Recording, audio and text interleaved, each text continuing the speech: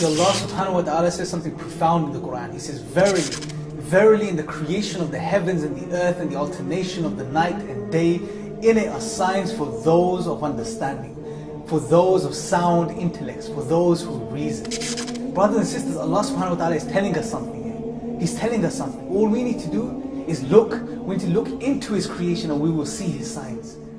Let's take the bird for example now. Birds are a beautiful creature.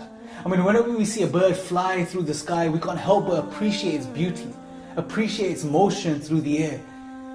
But what's more amazing is when we study the mechanics of this creature.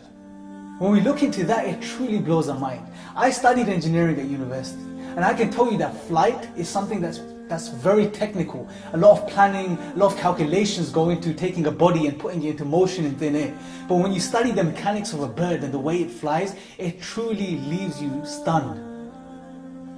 It leaves you stunned. You don't know what to make of it. I mean, take just this small example of the motion of the bird's wings. See, on the downward thrust of the bird's wings, when the wings come down, the feathers are so precisely aligned on the wings of the bird that they overlap each other on the downward stroke, creating the surface which pushes against the wind, creating uplift. But what's amazing is on the backstroke, when the bird pulls his feathers or his wings back, the feathers open up, allowing for air to pass through, decreasing the resistance, making the bird's job easier.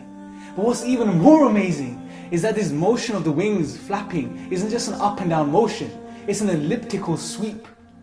It's an elliptical sweep, brothers and sisters. So what happens is the wings comes down and they're open and they're stretched out and the feathers are aligned on top of each other, pushing against the air. But on the way back, the bird retracts its wings, decreasing the length of the wing, hence the surface area, decreasing further the resistance that the bird feels. SubhanAllah, this is so precise. This is so precise, brothers and sisters. This is what you call precision engineering. To claim that this came about by chance through some blind, random, unconscious processes is to claim a conspiracy almost, brothers and sisters. It's the most nonsensical claim that we can make. All we need to do is just look into this. Take the bar-tailed godwit, for example. This bird, brothers and sisters, think about this. This is a small bird. It flies for 9 days and 9 nights consistently, without eating, without sleeping, without drinking a drop of water. It flies consistently day and night. From Alaska to New Zealand, 11,500 kilometers. This is amazing. Who is keeping this bird in motion? Who has given this bird this ability? Brothers and sisters, when we reflect, it truly opens our eyes to the creative power of Allah. And you know, there's this notion out there that we shouldn't do science. Science leads to atheism. This is nonsense. We need to do science, brothers and sisters, because what does science do? Science is a method which tells us the how. It tells us how things work, how the physical things around us work, or it tries to at least. And when we study these things, they lead us to the appreciation of the creative power of Allah. When we can see how the bird flies, and the mechanics of his flight, we can truly appreciate Allah subhanahu wa ta'ala and His creative power.